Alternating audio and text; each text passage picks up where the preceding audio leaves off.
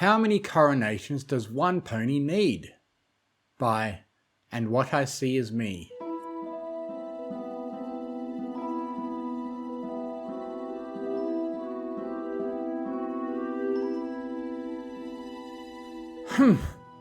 Why do we have to do this again? Trixie complained. Didn't she already have a coronation a few years ago? Trix, she's going to be taking over as ruler of all Equestria, Starlight explained. There's a certain amount of pomp that comes with that, you know. Oh yes, and we're all so fortunate to be subjects of her benevolence, I know, Trixie said as she rolled her eyes, sarcasm dripping from her every word. I'm just saying, it seems kind of selfish to be hogging all the coronations to herself. There are other great and powerful ponies in the world who might want to be a princess.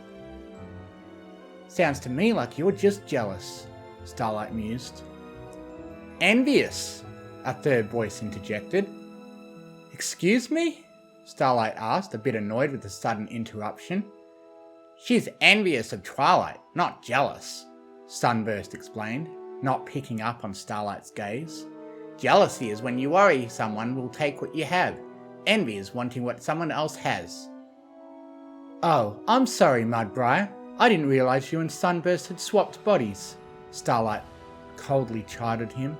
Make fun all you like, Star, but you're the head mirror of a prestigious educational institution now, and you need to be more mindful about the language you're using, Sunburst lectured. Poof. Silly stuff like that is what I hired a sexy stud of a vice head stallion to deal with. Starlight dismissed his concerns. Oh? Trixie chimed in. Did you hire some pony new without telling me? I think she was talking about me, Trixie, Sunburst said dryly. Are you sure about that? Trixie asked with a teasing lilt in her voice. You don't exactly scream, handsome stud to me. Hey, this stud was handsome enough to get you to start taking dick again, Sunburst pointed out proudly. Correction, Starlight was the one who got Trixie to take dick again. You just happened to be the dick she had around, Trixie returned. Well, some pony had to be around to make up for what your great and powerful technique lacked in bed, Sunburst countered. Will you two knock it off? Starlight interrupted the verbal volleying between her mates. I swear, the way you two argue like a pair of newlyweds, it's enough to make me feel like the third wheel in this relationship sometimes. Well, you know, having 3 wheels is important to form a stable plan. Star, Sunburst explained. 2 wheels just end up falling over and collapsing. That's right, and Trixie happens to think that Starlight is the greatest and most powerful wheel of all, Trixie continued. Besides Trixie herself, of course, she added quickly. Thanks, you two. Starlight smiled and pulled them into a tight hug as she spoke. Now, can we please finish getting ready? If Starlight insists that Trixie attends, then Trixie will finish her preparations, Trixie grumbled. I still don't get why you're so jealous of Twilight, Trix, said Starlight. Ahem. Sunburst cleared his throat. Envious of Twilight, whatever. Starlight corrected herself, rolling her eyes as she did so. Trixie is neither jealous nor envious of Princess Twilight Sparkle, Trixie claimed. Trixie is just upset at how unfair it is that she gets to be a princess when other, more worthy ponies don't. No offense, Trixie, but I don't think you're exactly princess material, Sunburst stated. Well, maybe not, Trixie reluctantly admitted, though Trixie would make a great and powerful ruler of Equestria if given a chance. But Trixie is not just referring to herself. There's another mare even more deserving of the title, she proclaimed. Who? Starlight asked. You, of course, Trixie stated, booping Starlight's snout with a hoof. You, Starlight Glimmer, should be a princess. Trix, I can't be a princess, Starlight exclaimed, shocked by her mare friend's suggestion. I was about an inch of torn parchment away from destroying the world a few years ago. I'm pretty sure that disqualifies me from ruling anything. Yeah, but you helped save Equestria a bunch of times since then, so I say it all comes out to a net positive in the end. It's not like Her Highness Twilight has never made any mistakes, you know," Trixie argued.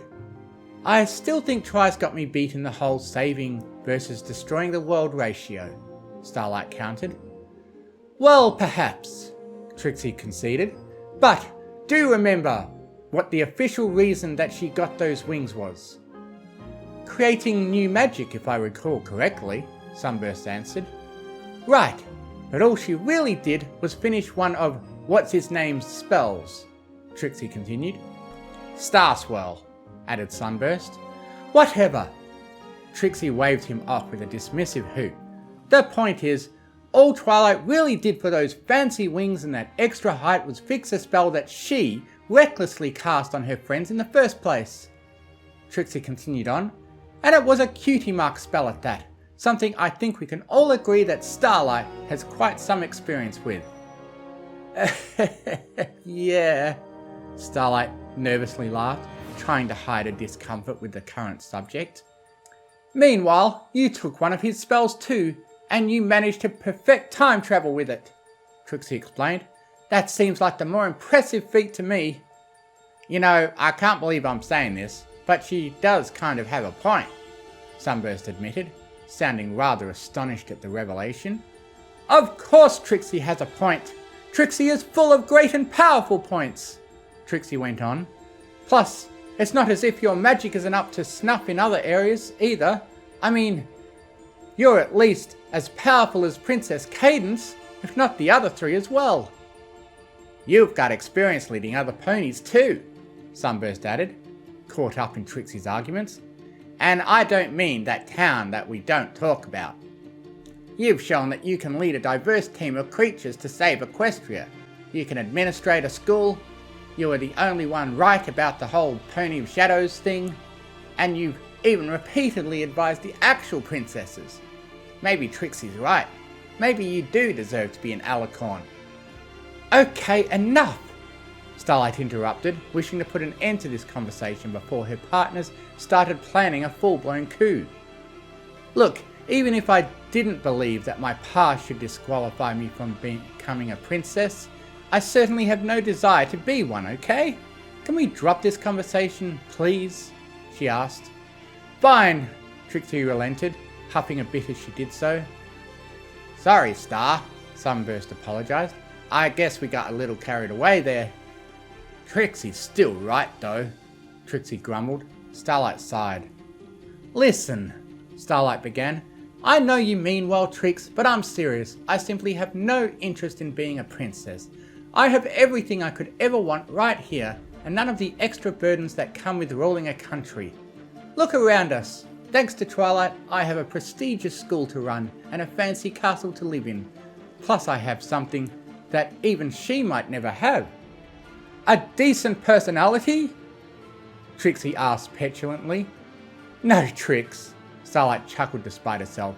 "I mean that I have the two best partners a mayor could ever ask for, and I get to have you both right here by my side."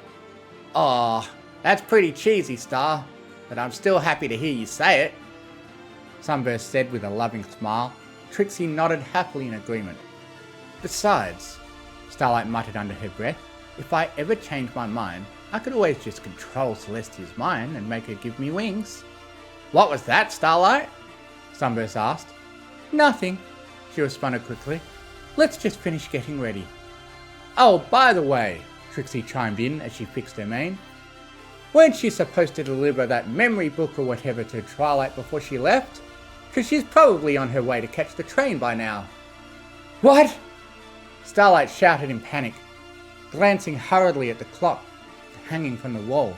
"Oh shoot, I've got to go. See you two later." A flash of magic illuminated the room, and she was gone. Sunburst and Trixie were left staring at the empty spot in the room where she had stood before teleporting away. "Well, I guess we're on our own to get to Canterlot," Sunburst observed. "Yep," Trixie agreed. "No way we'll make it to the station in time to catch the one Twilight's going to be on," he continued. "Nope," Trixie responded. "And how long until the next one leaves?" Sunburst questioned.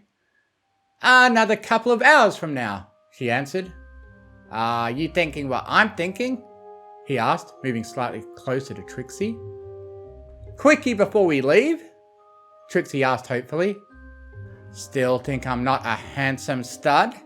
Sunburst slyly asked as he rubbed up against the mare. Nope, Trixie bluntly answered, but Trixie does think that you're a pretty great and powerful lay, and that's good enough for her. Just watch Trixie's mane, okay? Whatever you say, princess, Sunburst teased before kissing her. The two ponies laughed as they moved onto Starlight's bed, as Starlight, Twilight, and their friends hurried off to Canterlot in a panic. Trixie reflected on what Starlight had said, and as she felt Sunburst mount on top of her, she concealed that maybe some things in life were better than getting to be a princess. 2 coronations was still a bit much though.